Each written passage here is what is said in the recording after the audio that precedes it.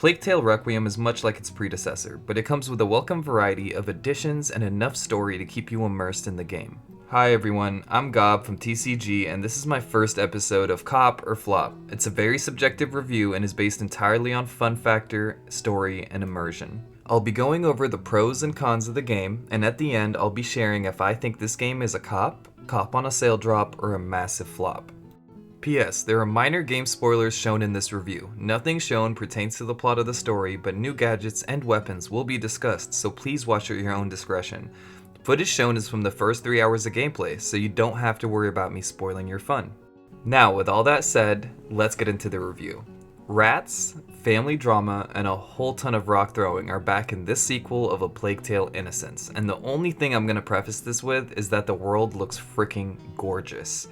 I sadly recorded most of my footage with chromatic aberration on, and the brightness really high, but you can still see how great the world Amicia inhabits looks at times. It's a linear, narrative game like its predecessor, which if you haven't played yet, I suggest starting with, as this sequel continues the plotline of the original.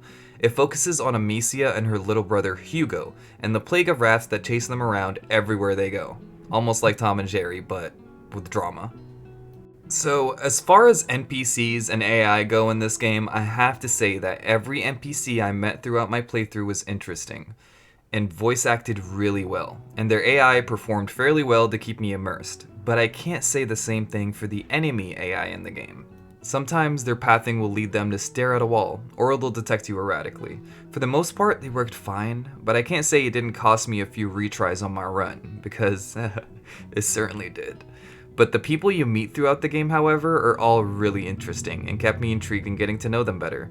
Amicia, the player character, makes choices based on how she feels, so there's not a ton of choice making, but there's a ton of collectibles that give you extra scenes with characters, mainly your little bro Hugo, and you meet new friends along the way that keep the story fresh. Amicia even comments on things differently, whether she's alone or with an NPC when she does it. From knights to counts to smugglers, you'll meet all sorts of new people and make new companions throughout. The NPC companions that accompany you really keep the story going and comment on a lot of things as you go through the story. Even Amicia herself comments on everything she does, which can feel like spoon-feeding the plot sometimes, but it always works when others do it instead.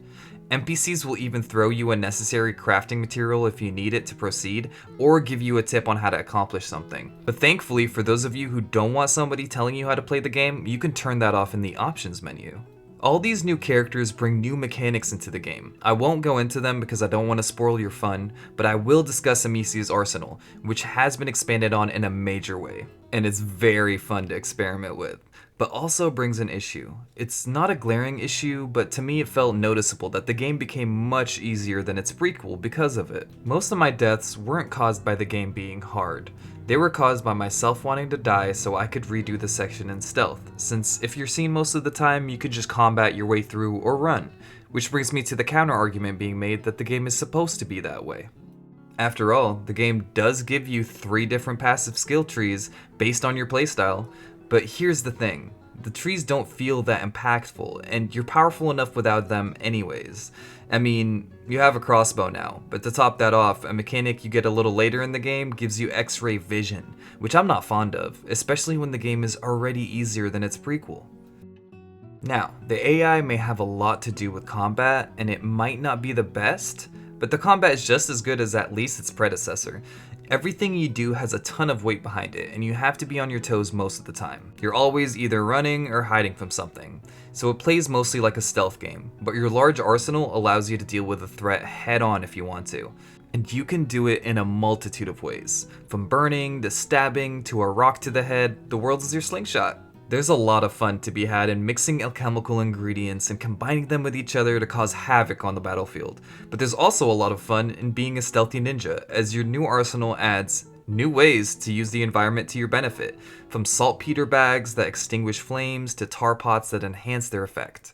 It's personally my favorite addition to the game, gameplay-wise. The hordes of rats in the game are also really interesting, as they can be a weapon as well as an enemy throughout the game. One moment you might be trapped because your path is blocked by a mountain of plague babies, and the next you're using that mountain of plague babies to kill a troop in your way. The adventure this time around takes you to all kinds of new locations, all massive and will be explored on your journey throughout them. and it's even more epic than its predecessor in scale. I had a lot of fun on my journey. Everywhere we went catered strictly to the plot, and the moments of respite happened in between those areas. The story sort of slows down to a snail's pace halfway through to establish new characters, but it's forgivable since it ramps up pretty hard after that. The characters that accompany you feel real. They have their own goals, their own personalities, and they respond differently to situations, whether that pertains to the plot or the gameplay. The game isn't very long, but it's long enough for the decent sized tale it tells. The only thing I wasn't a fan of in the game was the fact that it beats you over the head with the same patronizing statement the Last of Us franchise beat us with, and that's the fact that killing is bad and it has consequences. Anyways, on to bugs. So I had a couple while playing. Both happened in combat situations where my companion NPC would rubber band towards me or an enemy would get stuck on stairs when aggroed. Only happened once or twice, so it's not a big deal, but it's worth mentioning. The game crashed a couple of times too, but that's probably because my settings were whack. Either way, this game has been an adventure worth playing, and I put it up there with other AAA narrative games. But because it's a narrative game, it doesn't offer many hours of gameplay and will take you at most 15 hours to finish. I'd say if you're invested in the story through the prequel, or like medieval games like I do, then this is definitely a cop, especially if you have Xbox or PC Game Pass. If you're neither, then this is 100% a cop on a sales drop, as the tale it tells is a good one. As a dad to 2 rats myself, I give this game major props at depicting the power a rat can have when it has a proper rat king leading it. Thanks for watching my review, and if you liked it, maybe subscribe. This is Gob from TCG, and I'll see you on the next episode of Cop or Flop.